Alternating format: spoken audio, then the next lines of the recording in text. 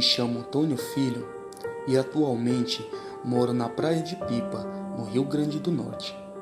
Hoje estou com 55 anos e muito bem de saúde, principalmente a mental.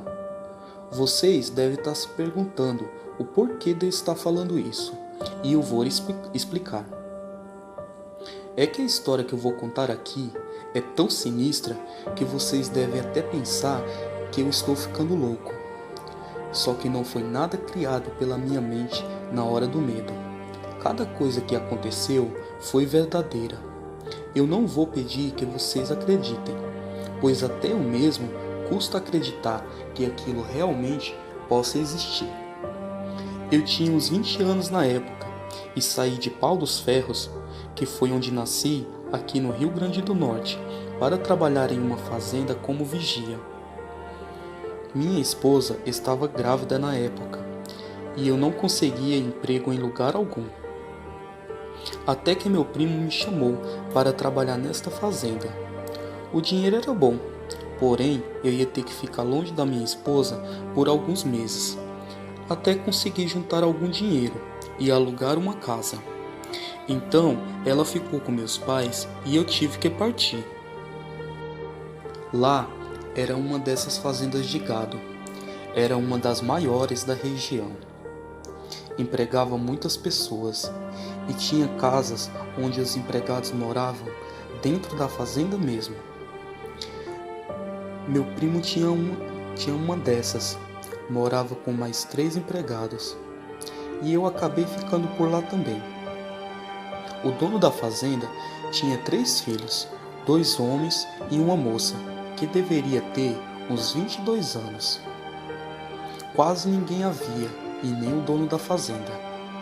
Só às vezes eles eram vistos à noite, saindo de carro e só voltavam pela manhã. Muitos achavam estranho isso, só que ele era o patrão, e ninguém iria perguntar o porquê dessas saídas noturnas. Eu já estava trabalhando lá há uns 15 dias, e estava tudo muito bem. As noites eram frias e calmas, nunca acontecia nada demais. Até que meu primo me falou: Antônio, aqui tem algumas regras, que você vai achar bem estranho no começo. Mas que regra? Eu perguntei. Então ele começou a explicar. Sempre quando faltam 5 dias para terminar o mês, a gente que trabalha à noite, não trabalhamos até o amanhecer, como fazemos normalmente. Ficamos até perto da meia-noite e entramos. Não é mais preciso sair até que o dia amanheça. É uma espécie de folga? Eu perguntei. Não, são ordens do patrão.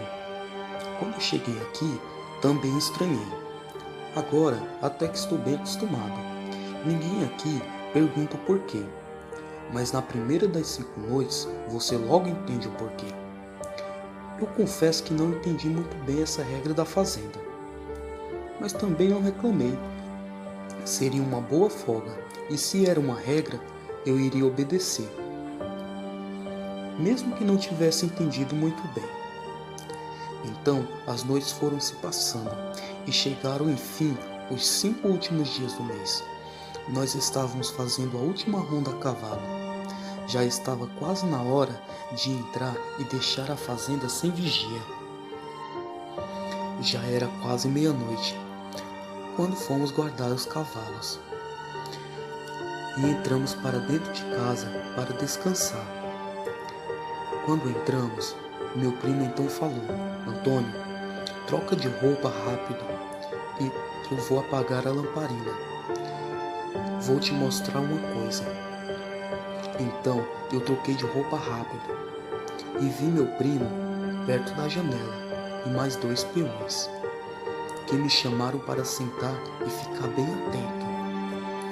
Eu achei que eles estavam fazendo algum tipo de brincadeira comigo, pois eu era o mais jovem ali e era normal esse tipo de coisa. Só que quando eu sentei e todo mundo ficou quieto e bem em silêncio, eu consegui escutar. Eram gritos que vinham de bem distante, como se fosse grito de mulheres, que foram ficando cada vez mais altos.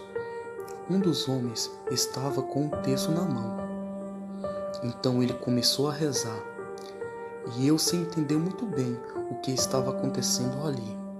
Então os gritos foram ficando cada vez mais altos, e juntos com os galopes que eu escutei. Eram galopes de cavalo, como se fosse de um grande animal. Olhei para o meu primo e fui logo perguntando o que era aquilo. Só que ele me olhou e fez um sinal para que eu ficasse em silêncio. Os gritos eram de arrepiar, como se alguém estivesse morrendo queimado. Eram gritos de dor, sinistros. Junto de tudo isso, um barulho de um grande cavalo correndo. Então, depois de um tempo, o barulho parou e os homens foram se deitar. Eu também fui me deitar, pois meu primo não iria me responder pergunta alguma naquele exato momento.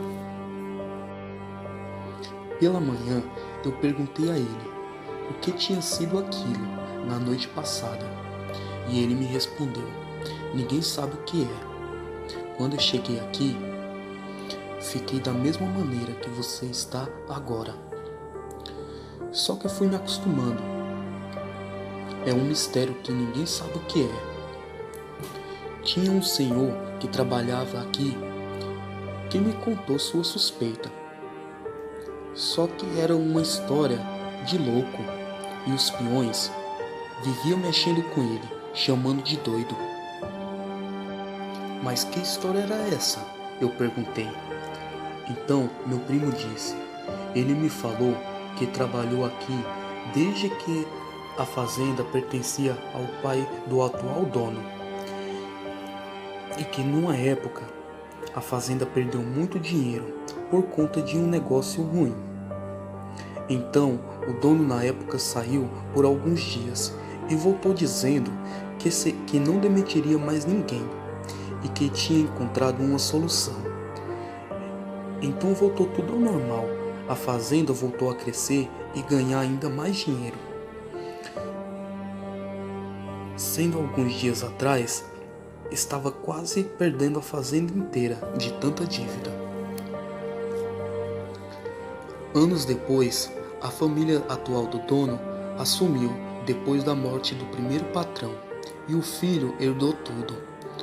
Foi aí que essas coisas estranhas começaram a acontecer. Perguntei ao meu primo se ele achava que a família do dono poderia esconder algum segredo estranho. Então ele me respondeu. O velho que trabalhou aqui falou que os gritos e os barulhos a cavalo são uma coisa só. Eu não entendi no primeiro momento o que meu primo tentava me dizer. Então perguntei o que o velho realmente tinha dito para ele.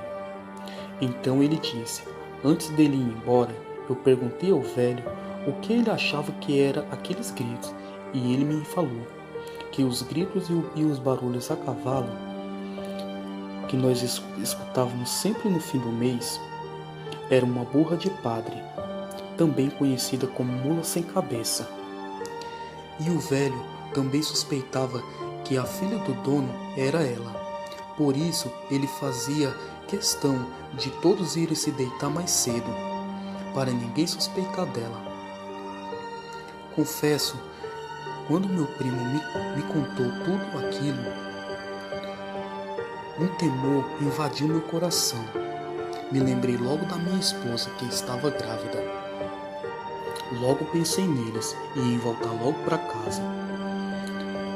Eu pensava que essas histórias eram apenas lendas e que as pessoas contavam para se distrair.